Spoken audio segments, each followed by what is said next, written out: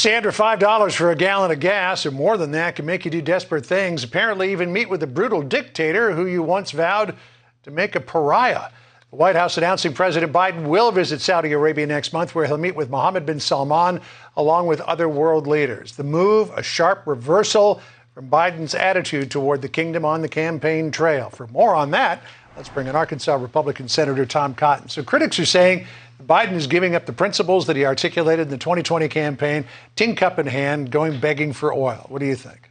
Well, John, first off, he should not have called Saudi Arabia a pariah state to begin with in the campaign. We've had differences with the kingdom over the decades, but they've been an important partner of the United States in the Middle East and to promote energy security across the country.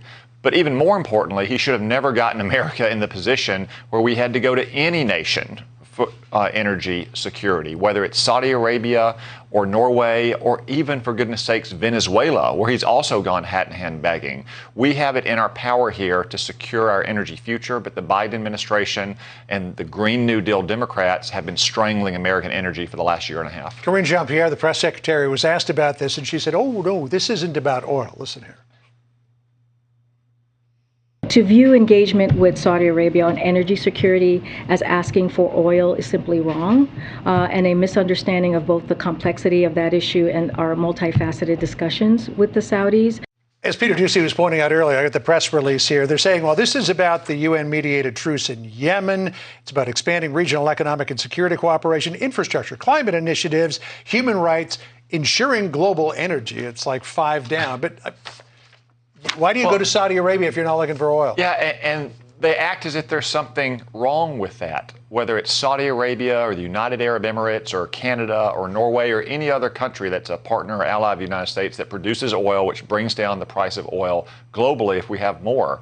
This is devastating families' budgets in Arkansas, where they're paying almost $5 a gallon for gas. Out west, some states are approaching $10 a gallon. You have families that are having trouble making ends meet because the price of gas is so high. The world supply of oil is pretty essential to America's security and prosperity.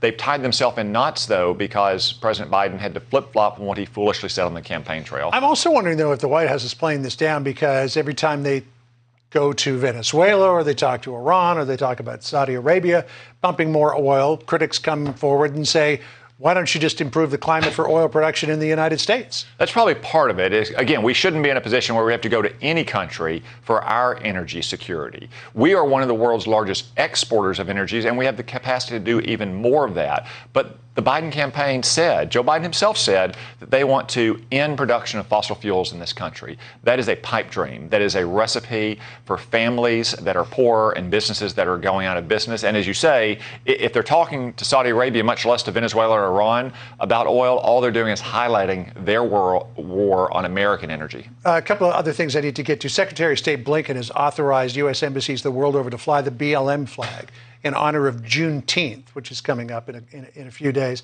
despite BLM being roundly discredited for its financial problems. The fact that it now, in some surveys, approval for BLM is down to 31%. This all a product of Ambassador Gina Abercrombie Winstanley, who is the first Chief Diversity and Inclusion Officer for the State Department. Your thoughts?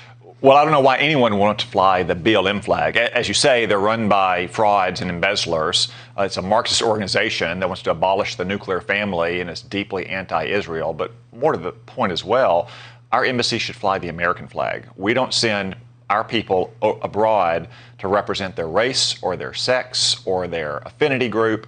We send them to represent America, and the stars and stripes stands for America. All right. Last topic, and I don't mean to ambush you with this, but I'm going to. Last hour, Politico reported, quote, Arkansas Senator Tom Cotton huddled with 24 of his top donors Tuesday morning at the Hay Adams to describe his planning for a potential 2024 White House campaign, telling them a comeback bid by former President Donald Trump wouldn't deter him from running. Expand on that. Well, we have an annual event. We have lots of folks come in from across Arkansas and across the country who have been friends and supporters of mine for many years.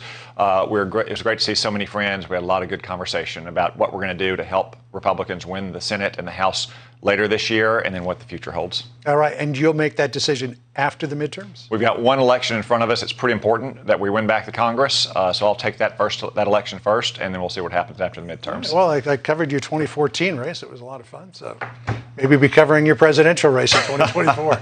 Senator, good to see you. Thanks for coming in. Thanks, John. Appreciate it. Sandra?